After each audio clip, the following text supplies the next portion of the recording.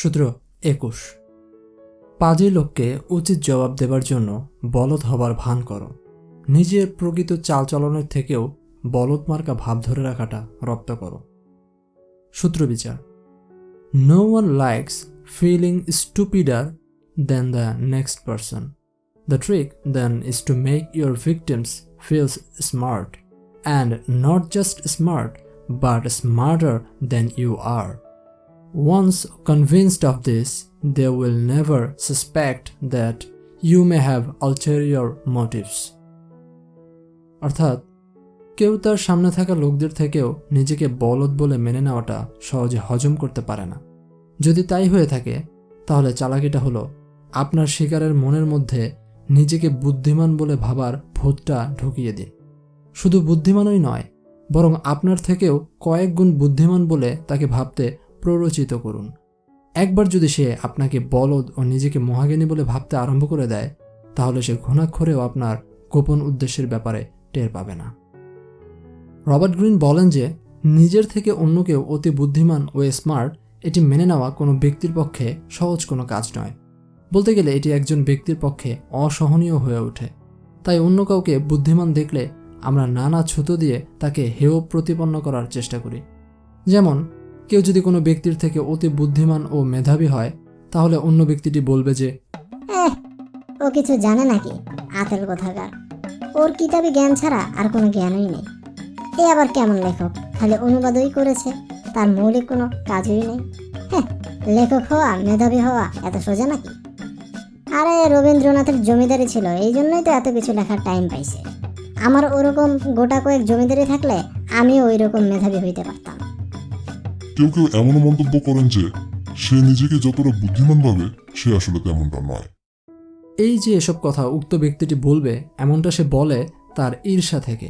ও বেচারা যাতে নিজের ভেতর ইনফেরিয়র ফিল না করে, সেজন্য এসব বলে নিজেকে প্রবোধ দেয়, যা আসলে ধোপে টেকে না। আর এসব মানুষদেরকে আপনি দেখবেন যে আপনার অবর্তমানে আপনাকে নিয়ে নিন্দেমন্দ করবে, অথচ প্রকাশ্যে কিছুই বলবে না। তাই আপনি যদি একটু মেধাবী ও অন্যদের থেকে স্মার্ট হন, তাহলে বুঝবেন যে আপনি কাদের নজরে পড়তে চলেছেন ও কিভাবে এদেরকে হ্যান্ডেল করবেন, তার মোক্ষম টোটকা হলো এই সূত্র। এজন্য আপনি যদি একটু উচ্চ মন মানসিকতার হন, তখন আপনি যেই আপনার আশেপাশে কারো কাছে প্রকাশ করতে যাবেন তখন আপনি নিরুৎসাহিত হয়ে ফিরে আসবেন। বিশেষ করে এই দেশের আনাচে কানাচে আপনি অহরহ উদাহরণ দেখতে পাবেন। আপনার প্রতিভা অন্যকে ঘুমাতে দেয় না। তাই আপনি যদি একটু ভুলচুক করেন আপনার কাজে বা কাউকে যদি তার মূর্খামির জন্য সমালোচনা করেন, তাহলেই আপনার কাজ সেরেছে। আপনার এই হঠকারিতার সুযোগ নিয়ে তারা আপনার নামে কুৎসা রুটিয়ে আপনার ব্যক্তিত্বের তুলোধুনো করে ছেড়ে দেবে। আর এতে যে রস পাওয়া যায় তা দুনিয়ার অন্য কিছুতে পাওয়া যায় না। এই জন্য গ্রিন সাহেব আমাদেরকে বলেন যে শুধু শুধু নিজের প্রতিভা, বুদ্ধিমানতা সবার সামনে অত জাহির না করে নিজেকে অন্য সবার চোখে অতি বলদ হিসেবে জাহির করাটাই তাদের ইগোর হাত থেকে বাঁচার মোক্ষম উপায় হতে পারে। এতে করে আপনি আপনার আসল কাজগুলো করে যেতে পারবেন, তাদের সাথে ঝামেলায় কম জড়াবেন, এবং মজার ব্যাপার, তারা আপনার এই অতি বিনয়ের দরুন ও আপনার সঙ্গলাভে নিজেদেরকে বুদ্ধিমান ভাবতে পারার সুখানুভূতির মাঝে ডোবার জন্য আপনার চারপাশে ঘুরঘুর করতে থাকবে। আর আপনি তাদের থেকে একটু তফাতে থেকে গোপনে তাদের সাইকোলজির সাথে খেলতে পারবেন, মজা লুটতে পারবেন। এজন্য বিনয়ী হবার বহু ফায়দা আছে। যদি আপনি সেই শিল্প ভালোভাবে রপ্ত করতে পারেন তবে আপনাকে অবশ্যই মেধাসম্পন্ন হতে হবে এবং এরপর বিনয় প্রদর্শন করতে হবে। এতে আপনি অন্যের অতি নিন্দা থেকে বেঁচে যাবেন ও মজা লুটতে পারবেন। অবশ্য কেউ কেউ আপনাকে অতি বিনয়ের অবতার বলে হেয় করতে চাইতেও পারে, যেমন আপনার অতি জ্ঞানকে আতলামিও বলতে পারে। সেক্ষেত্রে বিনয়ের সাথে সাথে একটু বলদ হওয়াটাও চর্চা করুন। সক্রেটিসের মতো বলুন আপনি কিছুই জানেন না।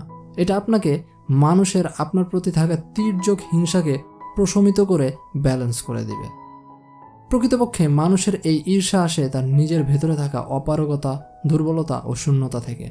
এই জন্য সে তা পূরণের জন্য ও নিজের অযোগ্যতা আড়ালের জন্য অন্যকে খাটো করার বৃথা চেষ্টায় রত হয়। তাই বলে যে বুদ্ধিমান মানুষকে সমালোচনা করা মানে নিন্দুক হয়ে যাওয়া, এমনটা নয়। বরং বুদ্ধিমানরা সমালোচনা করার সুযোগ রাখেন। যাদের অনেক ফেম, সম্মান অর্জিত হয়ে গেছে কিন্তু সমালোচনা আসলেই তেলেবেগুনে জ্বলে ওঠেন, তারাই দেখবেন অন্যের সাফল্য ঠিকভাবে হজম করতে পারে না, অন্যকে সবসময় নিজের প্রতিযোগী ভাবে। এরূপ মানুষ হলো সাধারণ গতানুগতিক মূর্খ। তাই বুদ্ধিমান ব্যক্তি প্রকৃত ঈর্ষান্বিত ব্যক্তিকে সাইকোলজিক্যালি প্যাচ খাওয়ানোর জন্য নিজেকে অতি বলদ প্রমাণ করতেই ব্যস্ত থাকেন, বা বলা যায় সে এটা করলে সকল ক্ষমতাই তার হাতে এসে যাবে। মূর্খরা এদিকে তাদের বৃথা আস্ফালন ও গর্বে ফুলে ফেপে উঠে তাদের সর্বস্ব খুইয়ে বসবে। এজন্য লোকদেরকে নিজেকে বুদ্ধিমান ভাবার সুযোগ দিন ও নিজে হাবাগোবা থাকুন, এতে তারা আপনার প্রতি তাদের সন্দেহের তীর নামিয়ে নেবে। এই ব্যাপারটির সূত্র ধরে চমৎকার একটি ঐতিহাসিক ঘটনা রয়েছে। এখন তাহলে চলুন ঘটনাটি শুনে আসা যাক। সময় তখন 1865 সাল। Prussian councillor Otto von Bismarck অস্ট্রিয়াকে দিয়ে একটি চুক্তি সই করাতে মতলব আঁটছেন। চুক্তিটিতে সম্পূর্ণ প্রুশিয়ার স্বার্থ জড়িত রয়েছে, এতে অস্ট্রিয়ার কোনো ফায়দা নেই। এই যখন অবস্থা, বিসমার্ক খুব আচ্ছা করে প্যাচ কষছেন কিভাবে অস্ট্রিয়াকে বাগে আনা যায় ও চুক্তি সই করানো যায়। এদিকে বিসমার্ক জানতেন যে অস্ট্রিয়ার শাসক ব্লুমের তাস খেলার প্রতি তীব্র নেশা আছে। তার তাস খেলার নানা প্রকারের মধ্যে কুইন্স খেলা তার খুব ভালো লাগে। মাঝে মাঝে সে তার তাস খেলা নিয়ে গর্ব করে বলতো যে সে মানুষের তাস খেলা দেখে তাকে চিনে ফেলতে পারে। ব্লুমের এই ধরনের স্বভাবও বিসমার্কের জানা ছিল। তো চুক্তি নিয়ে আলাপ আলোচনার আগের রাতে বিসমার্ক সরল মনে ব্লুমের সাথে তাস খেলায় জড়িয়ে পড়ে। সেই খেলায় প্রুশিয়ার রাজা এত বাজেভাবে খেলেছিল যে সে ব্লুমের কাছে তখনকার সময়কার মুদ্রার নাম ও মূল্য অনুযায়ী কয়েক হাজার টেলার হেরে বসেছিল। এছাড়াও খেলার মাঝে বিসমার্ক এমন অভিনয় করেছিল যেন সে ভাজা মাছটা উল্টিয়ে খেতে জানে না। সে পুরো মাতালের মতো ব্যবহার করছিল, আর এতে করে ব্লুমের মনে হয়েছিল সে প্রুশিয়ার রাজার চরিত্রের ব্যাপারে অনেক কিছু জেনে ফেলেছে। বিসমার্ককে দেখে তার উত্তেজিত ও অসংযত লাগাম ছাড়া লোক বলে মনে হয়েছিল। এতে সে বিশ্বাস করে ফেলে যে বিসমার্কের মতো বলদ মানুষ আর কি ঠান্ডা মাথার হিসাব কিতাব বুঝবে, একে যে কোনো সময় বলদ বানানো যাবে। এইসব ভাবনা চিন্তার ফলস্বরূপ রাজা ব্লুম চুক্তিতে তেমন কোনো নজরান্দাজ না করেই স্বাক্ষর করে দেয়। আর স্বাক্ষর করার সাথে সাথে বিসমার্ক লাফ মেরে আনন্দের সাথে বলে উঠেছে, আমি কখনো ভাবতেই পারিনি যে একজন অস্ট্রিয়ার শাসক এই চুক্তিটিতে স্বাক্ষর করে বসবে। এই জন্য চীনা একটা প্রবাদ আছে, সেখানে বলা আছে যে masquerading as a swine to kill the tiger, অর্থাৎ শূকরের ছদ্মবেশ ধরে বাঘ হত্যা করো। এটা হলো প্রাচীনকালের একটি শিকার ধরার পদ্ধতি। এই পদ্ধতিতে শিকারী শূকরের চামড়া দিয়ে নিজেকে ঢেকে শূকরের মতো ঘোত ঘোত আওয়াজ করতে থাকে। এতে করে বাঘ ভাবে যে কোনো শূকর সামনে আছে ও তাকে তাড়া করে মেরে একটা দারুণ ভোজ করা যাবে। কিন্তু শেষমেশ এটা হলো সেই শিকারী যে বাঘকে শিকার করে তার কার্যসিদ্ধি করে ফেলে। এই শূকরের ছদ্মবেশ ধরে বাঘ শিকারের টেকনিক তাদের বেলায় খুব ভালো কাজ করে যারা কিনা বেশ দাম্ভিক ও নিজের প্রতি ওভার কনফিডেন্ট, 16 আনা। তারা আপনাকে শিকার করা যত সহজ ভাববে ততটাই আপনাকে শিকার করা তাদের জন্য কঠিন হয়ে পড়বে। বুদ্ধি দিয়ে বাজিমাত করা হলো অবশ্যম্ভাবী একটা পন্থা, কিন্তু এখানেই আপনি থামবেন কেন? খেলাকে আরেকটু এক্সাইটিং করুন, নিজে বোকা সেজে খেলায় বৈচিত্র্য আনুন। সবসময় বুদ্ধিমান থাকাটা বড্ড বোরিং, মাঝে মাঝে হারুন, নিজের হারাটা এনজয় করুন। দেখবেন দিন শেষে আপনিই জয়ী হবেন। আপনার ইচ্ছাকৃত হার অন্যকে একটু সুখ দিবে, আবার যখন আপনি পরক্ষণে জিতে যাবেন তখন তা আবার তাদের দুঃখী করে দেবে। এভাবে তারা আপনাকে নয় বরং আপনি তাদের উপর ছুরি ঘোরাতে পারবেন। এটাই হলো এই সূত্রের শক্তিশালী দিক। তাই রবার্ট গ্রিনের মতো বলতে হয় যে আপনাকে হতে হবে আমেরিকান অপসাম প্রাণীর মতো। মৃত হওয়ার ভান করে মাঝে মাঝে এটি বোকার মতো মাটিতে পড়ে থাকে। অনেক হিংস্র জন্তু এ কারণে এই প্রাণীর দিকে না ঘেঁষে পাশ কাটিয়ে চলে যায়। কে বিশ্বাস করবে যে এত বোকা কুৎসিত এই প্রাণী আবার কাউকে ধোকাও দিতে পারে? সূত্রটির ব্যাখ্যা বলতাসার গ্রাসিয়ানের চমৎকার একটি উক্তি দিয়ে শেষ করব। গ্রাসিয়ান বলেন যে know how to make use of stupidity, the wisest man plays this card at a times. There are occasions when the highest wisdom consists in appearing not to know. You must not be ignorant but capable of playing it. It is not much good being wise among fools and sane among lunatics. He who poses as a fool is not a fool. The best way to be well received by all is to clothe yourself in the skin of dumbest of brutes. অর্থাৎ নিজের বোকামিকে কাজে লাগানো শেখো।